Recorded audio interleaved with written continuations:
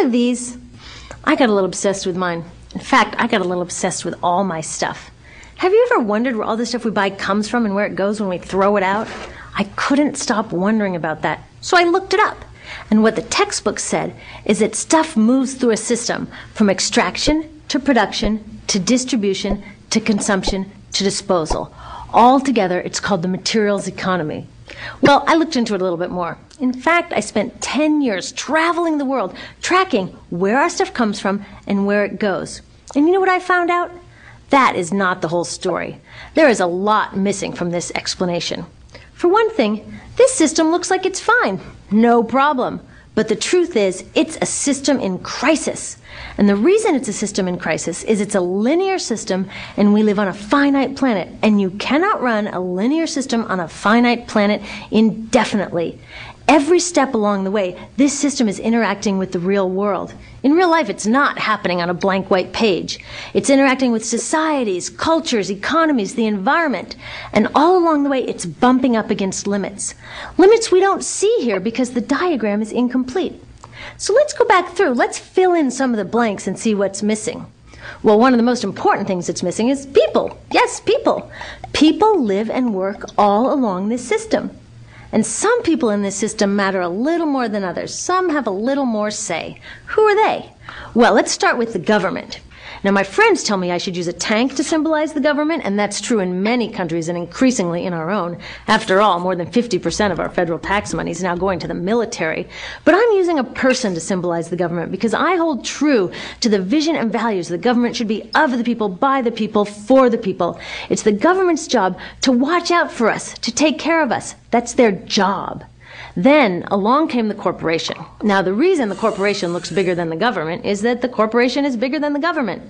Of the 100 largest economies on Earth now, 51 are corporations. And as the corporation has grown in size and power, we've seen a little change in the government where they're a little more concerned in making sure everything's working out for those guys than for us. Okay, so let's see what else is missing from this picture. We'll start with extraction, which is a fancy word for natural resource exploitation, which is a fancy word for trashing the planet. What this looks like is we chop down the trees, we blow up mountains to get the metals inside, we use up all the water, and we wipe out the animals. So here we are running up against our first limit. We are running out of resources. We are using too much stuff. Now, I know this can be hard to hear, but it's the truth, so we've got to deal with it. In the past 3 decades alone, 1/3 of the planet's natural resource base has been consumed. Gone. We are cutting and mining and hauling and trashing the place so fast that we're undermining the planet's very ability for people to live here. Where I live, in the United States, we have less than 4% of our original forests left. 40% of the waterways have become undrinkable. And our problem is not just that we're using too much stuff, but we're using more than our share. We have 5% of the world's population, but we're using 30% of the world's resources and creating 30% of the world's waste. If everybody consumed at U.S. rates, we would need 3 to 5 planets. And you know what? We've only got 1. So my country's response to this limitation is simply to go take somebody else's. This is the third world, which some would say is another word for our stuff that somehow got on somebody else's land. So what does that look like? The same thing, trashing the place. 75% of global fisheries now are fished at or beyond capacity. 80% of the planet's original forests are gone.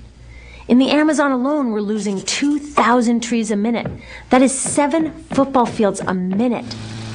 And what about the people who live here? Well, according to these guys, they don't own these resources, even if they've been living there for generations. They don't own the means of production, and they're not buying a lot of stuff. And in this system, if you don't own or buy a lot of stuff, you don't have value. So next, the materials move to production. And what happens there is we use energy to mix toxic chemicals in with the natural resources to make toxic contaminated products. There are over 100,000 synthetic chemicals in use in commerce today.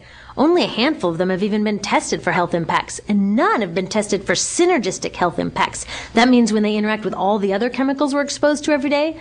So we don't know the full impact on health and the environment of all these toxic chemicals, but we do know one thing: toxics in, toxics out. As long as we keep putting toxics into our industrial production systems, we're going to keep getting toxics in the stuff that we bring into our homes and workplaces and schools, and our bodies. Like BFRs, brominated flame retardants, they're a chemical that make things more fireproof, but they are super toxic. They're a neurotoxin. That means toxic to the brain. What are we even doing using a chemical like this? Yet we put it in our computers, our appliances, couches, mattresses, even some pillows. In fact, we take our pillows, we douse them in a neurotoxin, then we bring them home and put our heads on them for 8 hours a night to sleep. Now, I don't know, but it seems to me in this country with so much potential, we could think of a better way to stop our heads from catching on fire at night. Now, these toxics build up the food chain and concentrate in our bodies. Do you know what is the food at the top of the food chain with the highest level of many toxic contaminants? Human breast milk. That means that we've reached a point where the smallest members of our societies, our babies, are getting the highest lifetime dose of toxic chemicals from breastfeeding from their mothers. Is that not an incredible violation? Breastfeeding must be the most fundamental human act of nurturing. It should be sacred and safe.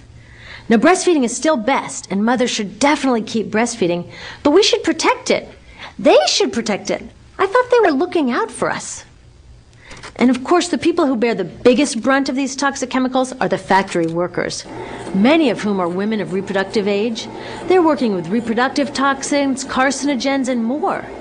Now, I ask you, what kind of woman of reproductive age would work in a job exposed to reproductive toxins except for a woman with no other option?